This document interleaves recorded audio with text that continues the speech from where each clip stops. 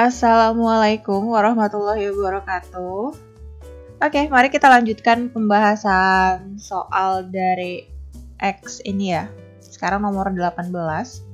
Perhatikan gambar di bawah ini. Ini ada lingkaran, terus ada segitiganya gitu. Titik C merupakan titik singgung lingkaran dengan garis BC. Jadi garis BC itu adalah garis singgung lingkaran. Kemudian keduanya itu bersinggungan di titik C gitu ya. Berapakah panjang AB? Putuskan apakah pernyataan 1 dan 2 berikut cukup untuk menjawab pertanyaan. Nah, dari gambar ini bisa kita simpulkan bahwa OC dan OA itu sama ya, yaitu jari-jarinya. Jadi OC sama OA itu adalah jari-jari. Tulis dulu ya, OC sama dengan OA itu sama dengan panjang jari-jari.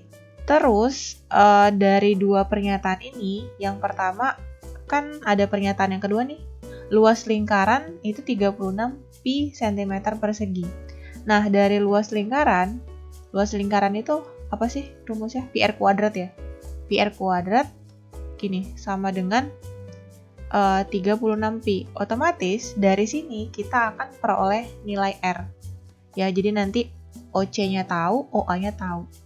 OA tahu, OC tahu. Bisa diketahui gitu lah ya, bisa dihitung.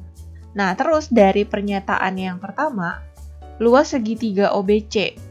Luas segitiga itu kan apa? Luas segitiga OBC. Itu berarti kan setengah kali alas kali tinggi ya. OBC alasnya itu adalah BC. Jadi setengah kali BC kali tingginya itu adalah OC. Kenapa tingginya bisa OC? Karena titik singgung lingkaran di sini tuh biasanya siku-siku. Itu selalu siku-siku ya. Si OC-nya itu kan tadi udah dapat dari pernyataan yang kedua. Jadi dari pernyataan yang pertama, luas segitiga OBC itu 24 cm persegi, terus OC-nya udah ada, jadi dari pernyataan yang pertama ini nanti kita dapat panjang BC. Nah, selanjutnya dari mereka berdua ya, dari BC sama OC, ya kan? Ini bisa Pitagoras untuk menghitung panjang OB. Nah, kalau OB-nya udah tahu, ya kan? Terus OA juga udah tahu karena OA itu kan sama dengan OC.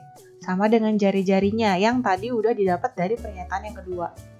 Nah, setelah itu panjang AB itu berarti tinggal OB dikurang sama OA. Ini nggak perlu kita hitung karena hanya menentukan apakah dia cukup hanya satu pernyataan aja atau harus dua-duanya. Nah, dalam hal ini berarti jawabannya itu harus dua-duanya. Jadi dua pernyataan bersama-sama cukup untuk menjawab pertanyaan, tetapi satu saja itu tidak cukup. Jadi harus dua-duanya karena untuk menghitung panjang AB ternyata kita butuh OB, ya kan? Butuh OB dikurangi sama OA. OA aja itu mendapatkannya dari pernyataan yang kedua, ya kan? Karena itu adalah jari-jarinya. Tapi untuk OB-nya itu harus Pitagoras dari kedua-duanya, gitu. Jadi jawabannya yang C ya. Nomor 19. Jika A pangkat X sama dengan B pangkat Y sama dengan C pangkat Z dan B kuadrat sama dengan AC, maka X adalah... Oke, ini sebenarnya banyak ide untuk mengerjakannya pasti ya. Tapi cara yang saya pilih itu adalah menyamakan yang persamaan ini nih, semuanya dalam B. Jadi A-nya itu kita ubah dalam B, kemudian C-nya juga diubah dalam B. Cara mengubahnya itu kita ambil dua bagian dari sini ya. Jadi pertama A pangkat X itu sama dengan B pangkat Y.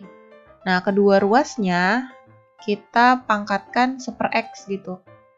Gini, supaya X dikali 1/X jadinya tinggal A pangkat 1. Nah, ini berarti sama dengan B pangkat Y terus dipangkatkan lagi sama 1/X. Pangkat dipangkatkan lagi, itu pangkatnya kan dikali ya. Jadi di sini tuh A pangkat 1 nggak perlu ditulis ya. Jadi sisa A aja, kemudian ininya adalah B pangkat Y per X. Ya, jadi A itu bisa diganti dengan B pangkat Y per X. Nah, lakukan hal yang sama untuk B dan C sini. Berarti B pangkat Y sama dengan C pangkat Z.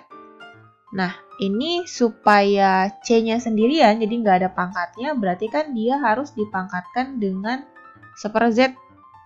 Gitu ya. Jadi, yang di sini B pangkat Y-nya itu juga dipangkatkan dengan 1/Z. Sehingga B pangkat Y per Z itu sama dengan C. Nah, step ketiga dapat dari sini ya. Penyelesaiannya B kuadrat itu sama dengan A kali C, maka B kuadrat sama dengan A-nya kita ganti dengan B pangkat Y per X, lalu dikali C-nya diganti dengan B pangkat Y per Z. Nah, ini ada perkalian bilangan pangkat ya, dengan basisnya itu sama-sama B. Berarti pangkatnya boleh ditambah. Nah, jadinya kayak gini kan, B kuadrat sama dengan B pangkat Y per X ditambah Y per Z. Habis itu berarti B-nya boleh dicoret karena basisnya udah sama, diperoleh bahwa 2 sama dengan Y per X ditambah Y per Z. Terus, ini Y per Z-nya boleh pindah ke ruas kiri ya. Jadi 2 dikurang Y per Z sama dengan Y per X. Nah, terus X-nya boleh dikalikan dengan ini, ruas kirinya. Jadi, semuanya kanan kiri itu dikalikan dengan X. Jadinya gini, X dikali 2 dikurang Y per Z itu sama dengan Y. Ini kan ya. Berarti nilai X-nya itu sama dengan Y per 2 dikurang Y per Z. Nah, sebenarnya sampai sini udah selesai. Tapi kalau mau disederhanain lagi, berarti yang atas bawah itu dikalikan dengan Z, karena di sini penyebutnya Z ya. Jadi boleh disederhanakan lagi bentuknya, Y dikali Z itu berarti jadinya YZ per 2 dikali Z berarti 2Z dikurang Y per Z dikali Z berarti Z-nya hilang, tinggal Y. Nah, ini adalah bentuk X-nya. X adalah Y per Z per 2Z dikurang Y. Nomor 20. Diketahui fx sama dengan ax kuadrat dikurang 4x ditambah 1 dan gx sama dengan 3x kuadrat ditambah ax ditambah 2. Jika hx sama dengan fx ditambah gx dan kx sama dengan fx gx dengan h aksen 0 sama dengan minus 3, maka nilai k aksen 0 adalah berapa? Oke, h aksen itu kan turunan ya. Turunan nih. Terus di sini belum ada nilai A-nya. Kita nggak tahu nih A-nya nilai berapa. Jadi kita gunakanlah ini nih, H aksen 0 sama dengan min 3 untuk menentukan nilai A-nya. Tapi sebelum itu kita butuh HX. HX itu adalah Fx ditambah Gx. Jadi mereka berdua jumlahkan, ya ditambah nih, lalu diferensialkan turunan. Di sini berarti Hx itu sama dengan, kalau menjumlahkan kan ya berarti yang variabelnya sama ya, x kuadrat sama x kuadrat itu adalah A sama plus 3. Jadi gini nantinya, Hx-nya adalah A plus 3 kemudian x kuadrat gitu. Ditambah, terus yang variabelnya x sama x, ini minus 4 sama A, berarti minus 4 ditambah A, terus variabelnya x, terus terakhir konstantanya adalah 1 ditambah 2, berarti ini plus 3. Terus untuk turunannya, H aksen X itu sama dengan, ini 2 pangkatnya ke depan ya, berarti 2 kali A plus 3. Terus X pangkatnya kurangi 1, berarti X aja. Kemudian ditambah, di sini adalah minus 4 ditambah A. Udah. Nah, turunannya hasilnya katanya 0 gitu. Bukan, H aksen 0 itu sama dengan min 3, sorry ya. Berarti gini, H aksen 0 itu sama dengan min 3. Ini tuh artinya, X-nya disubstitusi nih, sama dengan 0. Berarti kan di sini 0 ya. 0 dikalikan dengan 2 kali A plus 3, ya berarti kan yang suku pertama ini 0 dong. Karena kan dikalikan dengan 0, sisa suku belakangnya aja. Artinya, minus 4 ditambah A sama dengan minus 3, berarti A sama dengan minus 3 ditambah 4. Jadi nilai A-nya itu adalah 1. Nah, dari sini berarti untuk fx-nya itu adalah 1x kuadrat. Jadi x kuadrat aja. terus minus 4x ditambah 1, sedangkan untuk gx-nya itu adalah 3x kuadrat ditambah 1x, berarti ditambah x aja ditambah 2. Gini ya. Nah, kan kita diminta untuk menentukan nilai k aksen 0, berarti kita butuh kx. Kx itu adalah fx dikalikan dengan gx. Jadi fx gx ini dikali. Nah, bentuknya kan berarti gini, x kuadrat dikurang 4x ditambah 1, terus dikalikan dengan 3x kuadrat ditambah x ditambah 2. Nah, ini sebenarnya boleh kamu kaliin pelangi gitu ya satu-satu, tapi nanti panjang banget. Karena ini maunya nanya turunan, jadi nanti habis dikaliin pelangi terus kamu turunin gitu. Saya mau coba alternatif lain, yaitu pakai konsep ketika Y sama dengan U kali V ya, maka Y aksen itu adalah U aksen kali V ditambah V aksen kali U. Ini pelajaran kelas berapa? 11 ya. Jadi yang fx-nya ini adalah sebagai U-nya, ini sebagai V-nya gitu. Nah, di sini kan berarti U aksen itu turunannya ya 2x min 4 ya kan. Sementara untuk V aksen turunannya itu 6x plus 1. Nah, sehingga K aksen X itu adalah U aksen kali V. Jadi gini, 2x kurang 4 terus dikalikan dengan V. V itu adalah 3x kuadrat ditambah x ditambah 2. Terus ditambah V aksen yaitu 6x ditambah 1 terus dikalikan dengan U. U-nya adalah x kuadrat min 4x plus 1.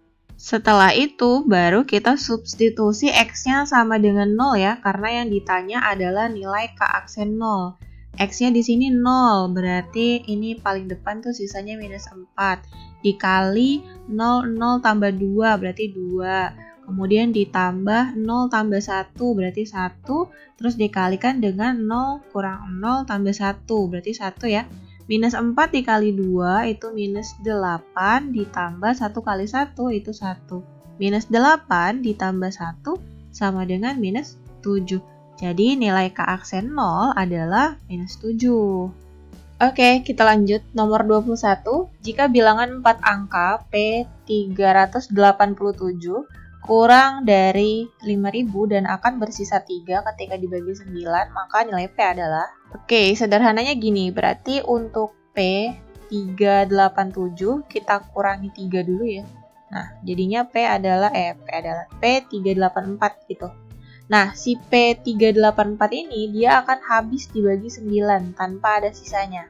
Terus katanya kan kurang dari 5.000 dan itu 4 angka. Berarti kan depannya itu si P-nya itu bisa 1, bisa 2, bisa 3, bisa 4. Nggak mungkin 0. Kalau 0 jadinya nanti cuma yang diakui 3 digit belakang gitu kan. Terus kurang dari 5.000, jadi nggak boleh angka 5 depannya. Jadi kemungkinannya itu nanti bisa 1.384 atau bisa 2.384 atau bisa 3.384 dan kemungkinan yang terakhir adalah 4.384. Nah, tinggal menentukan nih dari keempat ini mana yang habis dibagi 9. Kira-kira gimana caranya? Ya, paling cara yang sederhananya banget ya manual sih dihitung ya. Gitu. Oke. Dihitung satu-satu berarti ya. Kemungkinan besarnya 3.384. Jadi kita coba ya. 3.384 terus mau dibagi sama 9. 9 kali berapa? Kali 3 enggak. Kali 4 36. Oh, kali 3 ya. 27 terus dikurang 13 kurang 7 itu 6, 68. Ini berarti 7. Ini 63 ya kan? 8 kurang 3 itu 5, 54 dibagi 9, 6. Nah, kan pas tuh, tanpa sisa. Ya, berarti ini bilangannya. Nah, sehingga nilai P itu adalah 3. Oke, segitu dulu untuk video kali ini. Jangan lupa like, comment, and share videonya ke teman-teman kalian supaya bisa belajar bareng-bareng di sini.